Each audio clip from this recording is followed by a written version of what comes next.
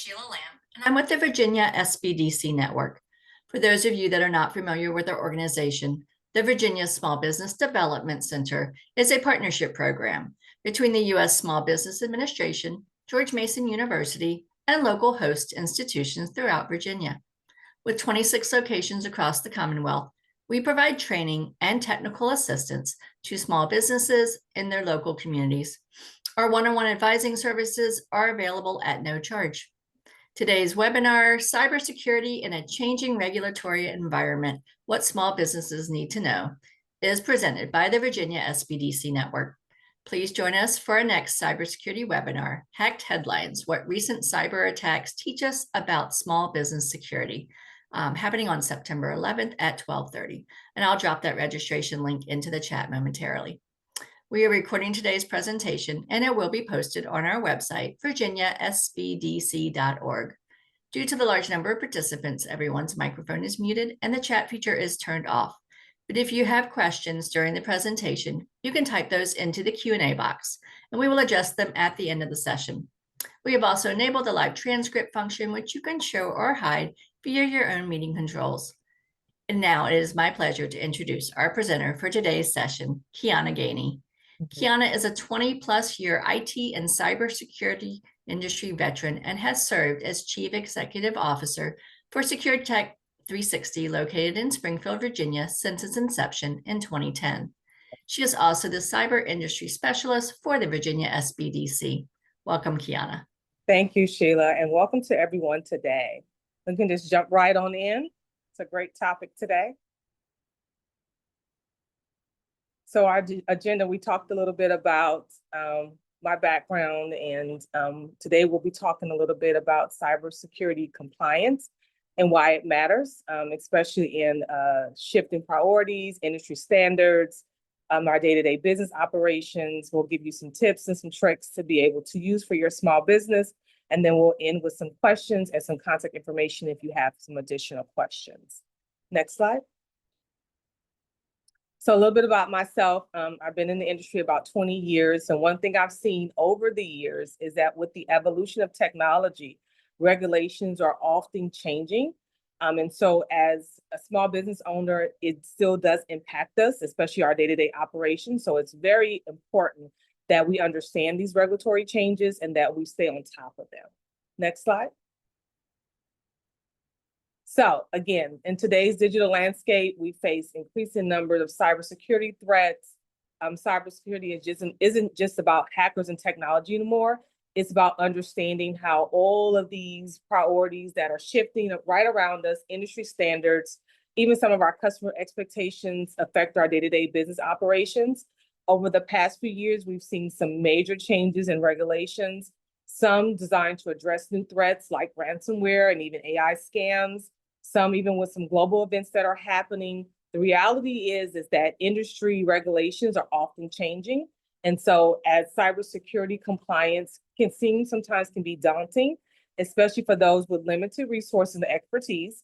But they also are not agnostic for, the size of your business. So micro businesses and small businesses are also seeing some increasing number of rates of cyber threats. And the average cost of these breaches are costing thousands of dollars. And so most of this is just about us staying compliant with some of the laws and understanding the industry regulations for some of the industries that we support. Next slide. So again, some key regulatory drivers in 2025 that are very big, are very mainstream right now. You have some FTC safeguard rules, which is about protecting your consumer financial data. And so as a small business owner, it's very important that you understand what those protections involve and how you can incorporate those in your day-to-day business operations. And then there's some things that can help us put together best practices. NIST has a wonderful framework. It's called NIST Cybersecurity Framework 2.0. If you're serving the healthcare sector, there's HIPAA. And some of you are probably familiar, right? HIPAA protects patient information, health information. You've seen it even in your doctor's offices. Now you go into the doctor's office and they'll give you a form to sign prior to maybe even your visit or during your registration process. But this is all about, how your information is being protected. I say, even as a consumer, we want to make sure that our information is protected, but think about as the one that's, providing the service. We want to make sure that our customers or even some of our users understand how we're protecting their data. And that can be accomplished by putting together like user agreements or putting like privacy policies within your website, or making sure that you're educating your consumers on how you plan on protecting their data. Another one is high tech, which is also about, it strengthens the HIPAA enforcement. It helps if there's a breach or some of these laws that are that you're impacted by or protection. It gives you what to do and how to do it. And then one of the great ones that are coming out, and it could be great for some and maybe not so much for others, is for dealing with federal contractor. If you're a government contractor like myself, the CMMC 2.0 are requirements for Department of Defense contractors. It gives us guidelines on what to do and how to protect our data that we're processing. It also goes very into, it gives you different certification levels based on your data sensitivity. Next slide.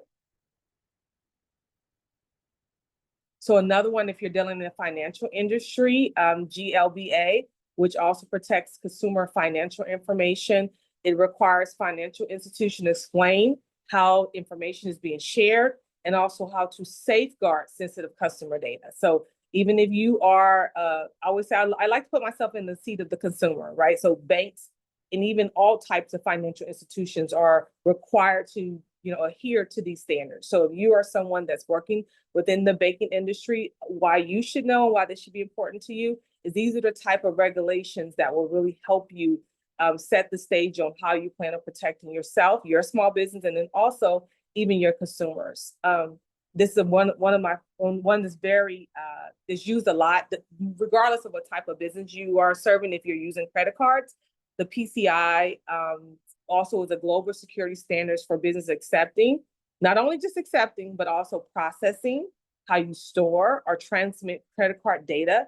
It's enforced by most of the major credit card companies. Now, why this is all important, right? Understanding those compliance or those regulatory drivers is very key for you to understand the laws, also the regulations and standards that apply to your business. It's also important for you to put together maybe a step-by-step guide on what to do in the event that there is a cyber incident, right? And maybe what type of software you need to utilize for your small business. Do I need encryption? Encryption is when you want to convert data into a secure code that only authorized parties can read it. So why would you think that will be, important if you're transmitting and storing sensitive information? It will be very important for all of those as well. Multi-factor authentication, we all use it now. It's pretty much mainstream, especially if you're using or you're trying to log into maybe your banking institutions where they're adding an extra login verification that's beyond a password. It's usually a text code or an app approval, which is another layer of protection for you. So think about those type of things as you're trying to think about growing your small business, or if you have, some customers that you have to adhere to some of these policies and procedures, how you will best handle them as well. Next slide. So again, we talked about some of the current threat landscapes earlier, things that are happening in real time now. Ransomware. Ransomware is malware that locks files until the ransom is paid. You're seeing this very heavily in a lot of regulatory institutions like healthcare organizations, financial institutions, and then of course, phishing. You get the fake emails or texts. They're trying to either steal your data or install some malware. It's usually something that looks very close to maybe an email from a trusted source that you've used in the past, or maybe a text message. And it may be something that looks very close to being something that you would normally use in your day-to-day operations. But when you look very closely at maybe the email or some of the text message, and usually if it's something that's saying you need to do something right now, and there's a sense of an emergency, and it's maybe a link that's trying to take you to another destination, is usually more than likely it's a phishing attack. Another big one is supply chain breaches, which is also hackers attacking your vendors to reach you. So they're using actual vendors that you utilize to maybe cause an issue in your supply chain management. Another one, deep fakes or AI scams. You see fake videos, audio for fraud, but you're also seeing it now in entertainment industries where you're seeing a lot of things. You look at a video, I've seen it on YouTube where I'm like, that looks like Curry. Like I love basketball. And during the NBA finals, there were a lot of videos that were coming out where it looked, I could see him physically. It would be like at a press conference that I would normally see him at, but there would be things that he was saying in the video that the audio seemed a little off. I can tell that, his mouth was moving, but he wasn't necessarily moving. And it was something that he wouldn't normally say. That is usually indication about a deep fake. And it's usually, to kind of throw you off. But if you look very closely, these are just type of things that you just need to be aware of. Next slide. So I know I covered a lot in a very small period of time about some of the regulations, some of the different incidents that are happening. And you may be saying to yourself, what does this mean for my small business, right? Why is it important for you to understand each of the regulations that maybe very, that's very specific to your industry? Is because documentation that you will need to be able to improve your cybersecurity processes are very important. There are industry-specific requirements that may only apply to your operation. There may be incident reporting deadlines. For example, if you have HIPAA, sometimes you have to do things within a 60-day window, right? GLBA also has some incident reporting deadlines, some within 48 or 72 hours. And non-compliance could end up creating more additional risk to your small business. Also, maybe some fines, lawsuits, loss of contracts, right? And so bottom line, you staying ahead, you staying informed can help your business adapt as quickly as possible and also help you to remain competitive and secure at the same time. Staying aware of this also can also help you understand, compliance isn't just about avoiding fines. It's also about safeguarding your reputation as a small business owner. I know sometimes with me, even starting out, you have maybe one or two customers and you want to be able to grow that customer base. So one of the biggest things you can do is to protect your reputation. And that's regardless if you're a small business, a large business, or a medium-sized business, your business reputation, you have to safeguard. So making sure that you're monitoring updates from agencies like FTC, NIST, or even CISA. They're a great organization to help you understand some of the industry regulatory requirements. And then also you should build flexible but compliant processes so that you can make changes and be able to easily adapt to those changes as you happen to implement them. And then last but not least, regardless of the size of any small business that I've worked with, or even some large, or enterprise operations, training your staff is one of the most key and crucial things that you can do as a small business owner. Because as new requirements arise, you have to stay abreast of those new changes as well. Next slide. So action steps that you can take for compliance, right? Think about compliance as not necessarily things that you can do to protect your small business, but also look at it from a holistic standpoint.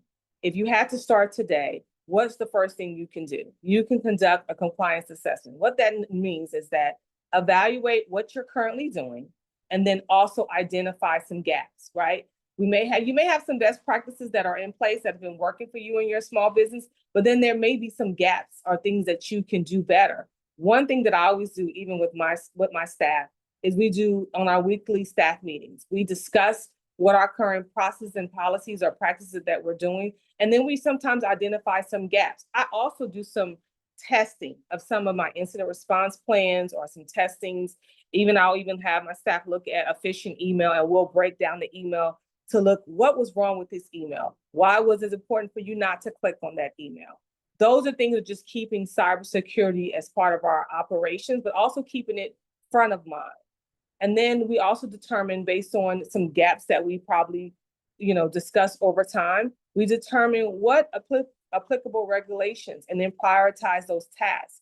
Then we develop a compliance plan, and then I create a roadmap. And that roadmap, because you can't do everything all at one time, right? Sometimes you have to create just a roadmap to say, this is what I'm going to do within the first 30 days. This is what I'm going to do within 60 days and within 90 days. And then also assign those responsibilities and even sometimes add additional resources for implementation. And I always like to start with things that are maybe complementary. I don't like to use the word free, but things that are complementary that I can use to be able to, bridge the gap or even help generate better practices from our small business. Next slide. So again, other things that you can do, we talked about this a little bit earlier. You can turn on things within your infrastructure that you're using, like multi-factor authentication, making sure that you're keeping your systems patched and updated, using things like endpoint protection or antivirus protection on all your devices. Again, train your staff on a quarterly, or I like to even say when a significant incident occurs, or maybe there may be some new regulatory requirements that are coming down. We make sure that we are being proactive and keeping that training going. There's some wonderful free tools to help with your small business training. FTC does a great job with small business training, and so does CISA. Backing up your data offline, or maybe even using some cloud resources to be able to back up your data in real time. But in addition to backing up your data, this is one thing that I get often. Backing up your data is great. You can do it in incremental phases. You can do full backups, but testing those backups.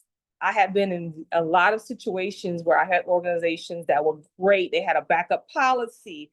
They were doing their backups weekly. They were making sure the backups were working. But when it came to test those backups, they had corrupt files.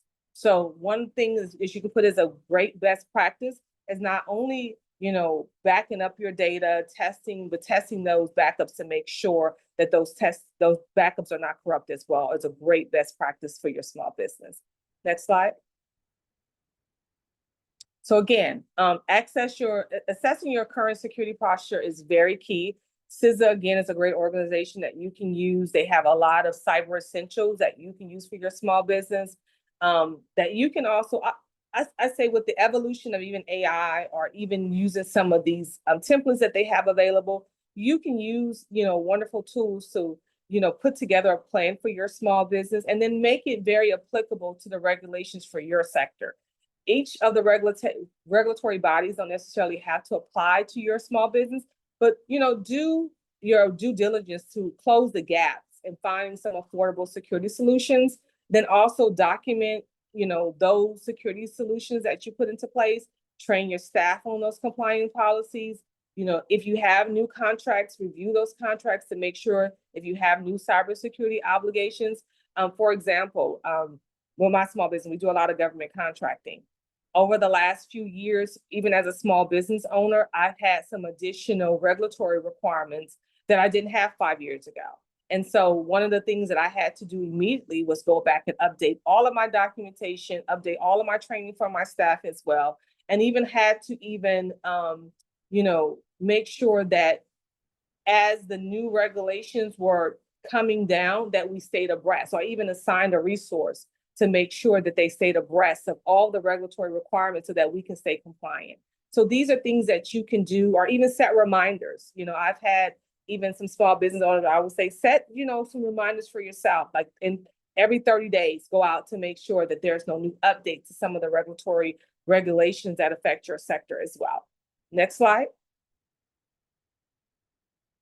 So again, some great resources to help, put some action for compliance implementation. The SBDC has cybersecurity resources as well. I'll do a shameless plug. Our website has some great resources that you can use as well. Again, CISA, if you're thinking about threats and alerts and prevention tips, I've even set myself up to get threats or prevention tips that I'll get via email. They have a way that you can sign up and they'll come to your email, or even have just different triggers that'll let me know if they have something new that's coming that's very specific to my industry, that I can stay abreast of that as well. This also has a great small business cybersecurity corner that has free training, some planning tools. Even the FTC has a cyber planner to help you build a cyber plan within minutes. All of these things are things that you can do to help you stay compliant, also to keep you, abreast of any new changes. It definitely just gives you some things that you can use. Again, cybersecurity is about protecting your business, but it's also about keeping you compliant. Prevention is cheaper than any recovery. Security posture equals overall strength of your cybersecurity defenses. Being consistent is key, but it's also an ongoing process. You can put together an incident response plan using some of these free tools. They can also help you maybe even avoid some costs to even get some of this done. So utilizing some of these tips will also help you put some things into action. But assigning roles, timelines, using certain things like, you know, keeping your systems updated, training your staff, you know, have some things. If you do an exercise, I like to do exercise with my staff as well. Have them write down an action step that they will take for that week. So it's not just like we're getting the training and then we're leaving and we're not doing anything about it. Have them start putting some things into action so that you can stay abreast of these things as well. Next slide. So again, the next steps you can do for your business if you wanted to start today, assess where you're currently at now, map out your regulatory obligations, if it's healthcare, if it's finance, if it's government contracting, you know, create and update if you don't have an incident response plan. The incident response plan just dictates what you should do in the event that something happens. If you don't have one, the websites and the tools that we gave you earlier will help you put together that incident response plan. If you have one and you haven't seen it in a while, dust it off, test it, update it, right? Use a lot of the free government and industry tools before buying any costly solutions. That will help save you a lot of money down the road, okay? For example, I had a small business. It was a pizza shop. They lost some processing. They lost some data during a breach, and it was basically because of someone had hacked into their credit card system. And when we went to look at the system itself, we found that the data wasn't being encrypted. So it was in plain text. So it was really an update that the system itself was out of date from a patch. So a patch cost them thousands of dollars. Luckily, they did have cyber risk insurance that helped kind of bridge the gap for some of those costs. So that is something else that you can think about as a small business owner. There is some cyber risk insurance that you can purchase if that's something that you want to do. You know, if you have business insurance as well, you know, look over your business insurance and see what cyber protections you have in place, and then contact your insurance broker to even get a quote to see how much it will cost to add something as well, because that did save that customer of mine thousands of dollars. But putting together a plan in place so that in the future that they had a consistent way to update their patches was also very key in them moving forward and being proactive moving forward. Next slide. So in conclusion, you know, I know we covered a lot in a small period of time, but if I don't drive anything home, more so than being proactive, investing in your future now can prevent costly breaches in the future. It's an ongoing process. It's not like a one size fit all.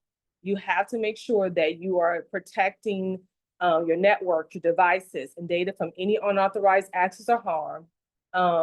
You have to make sure that you are safeguarding yourself, your business, and your customers. This is very key to, even as the regulatory requirements are changing, there are still things that you have to be consistent and also stay on top of as a small business owner.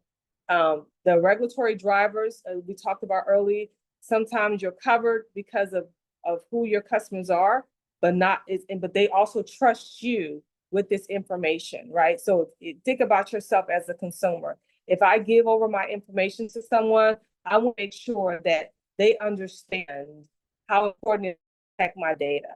I had a small business that was doing medical billing, and they got fined on HIPAA because they were using sensitive information over email, and they didn't put any safeguards or protection mechanism like encryption.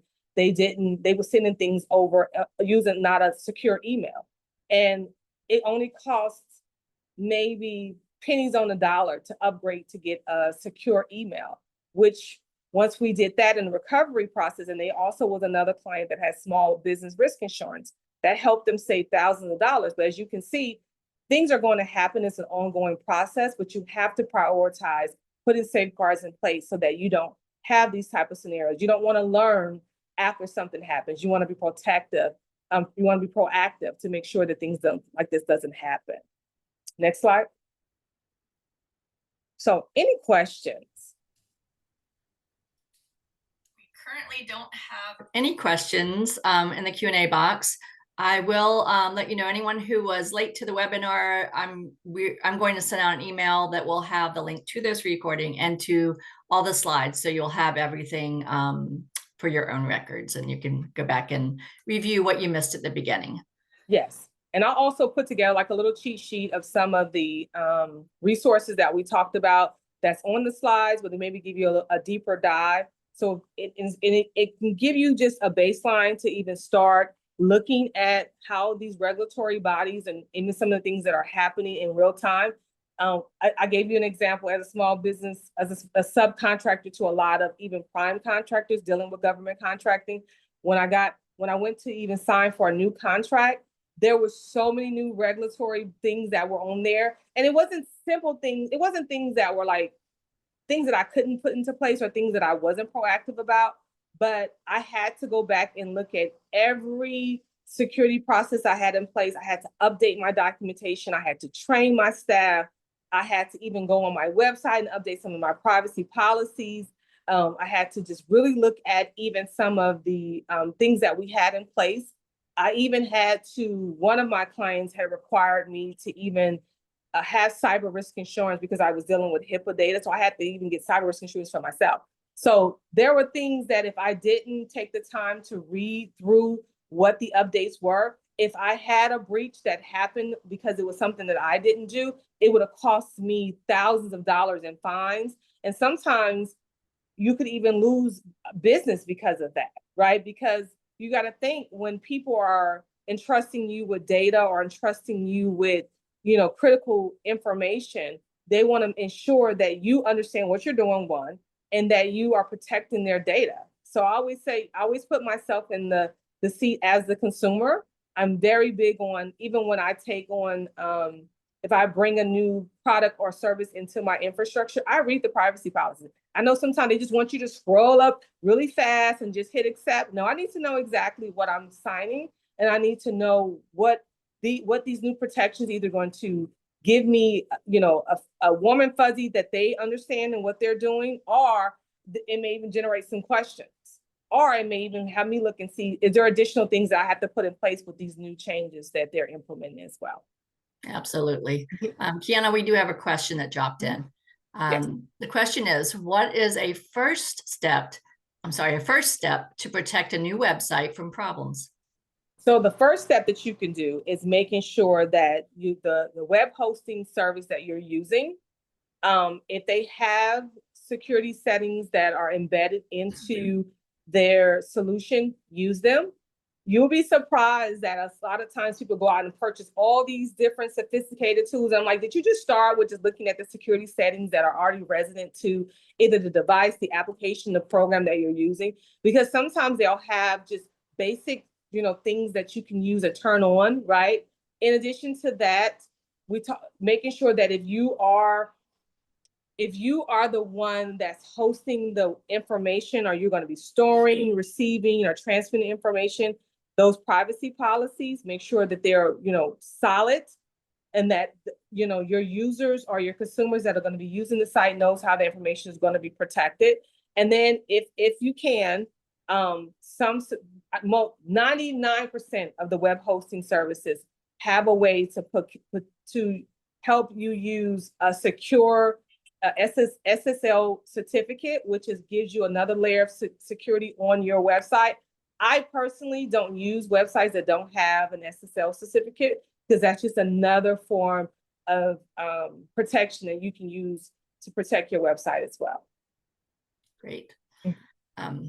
So we don't have any other questions. I'm going to put it out there. If you have those who are attending, if you have any questions, go ahead and drop them into the Q&A box while we have Kiana's brain to pick. Yes. She's a wealth of information. Yes. So, and we can just even go, if you want to dive a little bit deeper into just some of you may even say, well, she threw out a lot of terms. What do they mean? Right. So we can start with that. FTC safeguard rules requires businesses to protect customers' personal financial information. It applies to companies like lenders, mortgage brokers, auto dealers that's often handling sensitive consumer data. HIPAA, it protects the privacy and security of individuals, medical records, personal health information. If this may be something like, I think I I do, fall under this. This is why it's important to understand these definitions. If you're doing federal contracting, again, I talked a little bit about CMMC 2.0. It's a cybersecurity maturity model certification. It's for Department of Defense program that set cybersecurity standards for contractors and subcontractors. I talked about that earlier. It's not just for the larger contractors anymore. It's for even the subs. It gives you different certification levels based on your data sensitivity. GLBA is the Graham-Leach Act. It requires financial institutions to explain how they share information and how to safeguard sensitive customer data.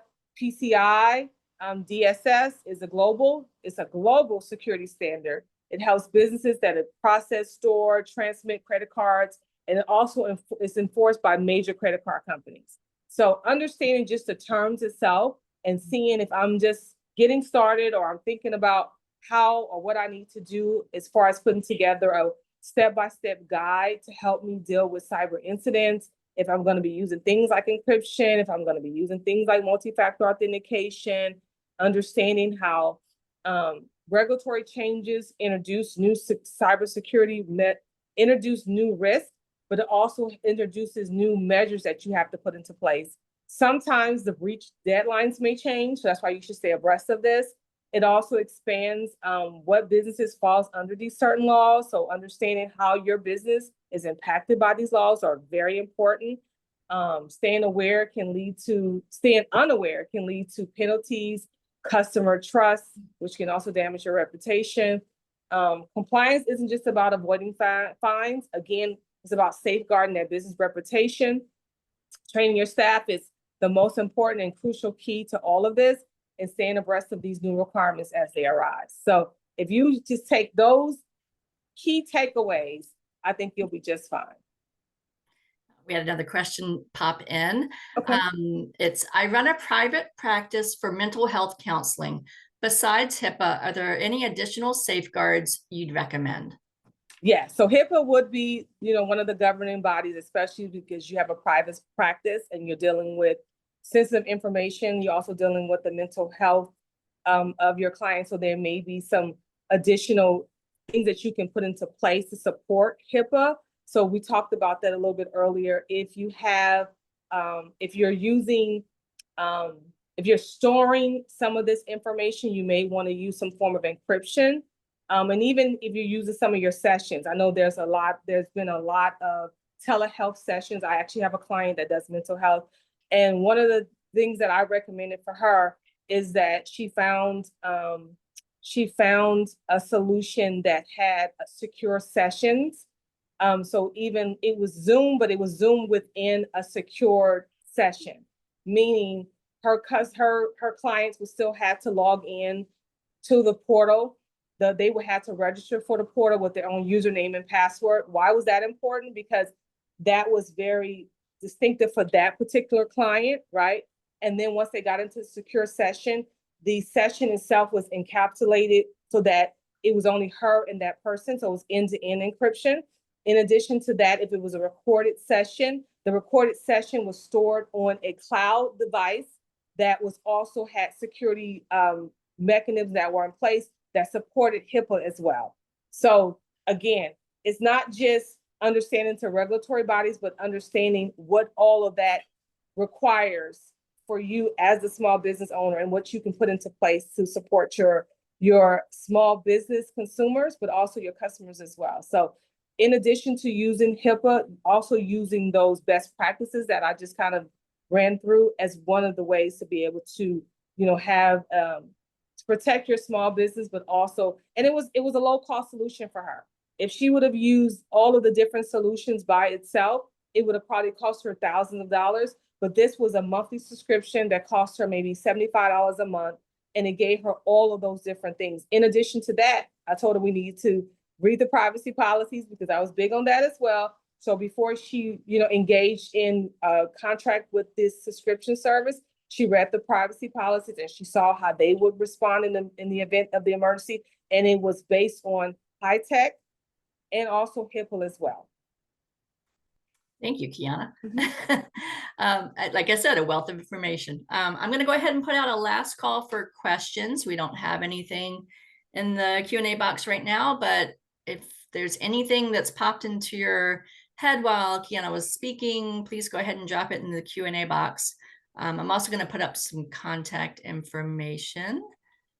And again, you're going to have these slides emailed to you, so you'll have all of this handy. Yes.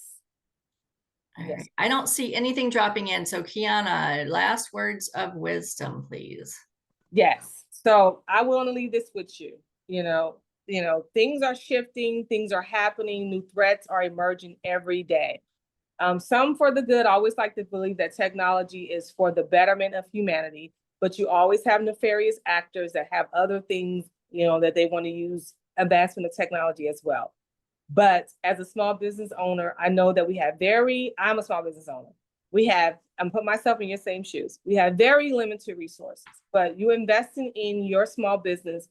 One, you've taken the time today to come to learn more about these regulatory bodies. That's step one. Leaving off of this webinar and doing your due diligence and research about how these different regulatory bodies and how they are changing is very crucial to the survival of your small business. So staying abreast of those changes, training your staff as well. If it's just yourself, train yourself. I always say when I first started off, even as a consultant, I would put together Google alerts for every industry regulation that was pertinent to the customers that I was supporting, so that I made sure that I stayed abreast of what was happening in real time. And even if I had to update even the way that I did business, or even update, some things off my website from the services that I was offering, the way that I stayed proactive is making sure that I stayed up to date. So I hope that if we don't leave you with anything else, is to stay up to date on these, ever-changing regulatory bodies will be key to your prevention, and also you keeping that business reputation, because great business travels fast, but so does bad business as well. Great advice. Kiana, thank you so much. And thank you to all of you who joined us today. Again, a reminder, you will receive an email with a link to the recording and to the slides with all of those fabulous resources that Kiana, and I think you also mentioned another, like a little together. Yeah, I'll put together a little cheat sheet. Okay, great. We'll include that as well. If you would like to sign up for upcoming webinars or access recorded webinars, please visit virginiasbdc.org/training. This webinar and other SBD resources are designed to be used in collaboration with your local SBDC advisors. You can sign up for a free and confidential session by emailing help@virginiasbdc.org or via our website. And we do hope to see you all at our next session. Take care, everyone. Take care. Have a great day. You too. Thank you. Bye-bye.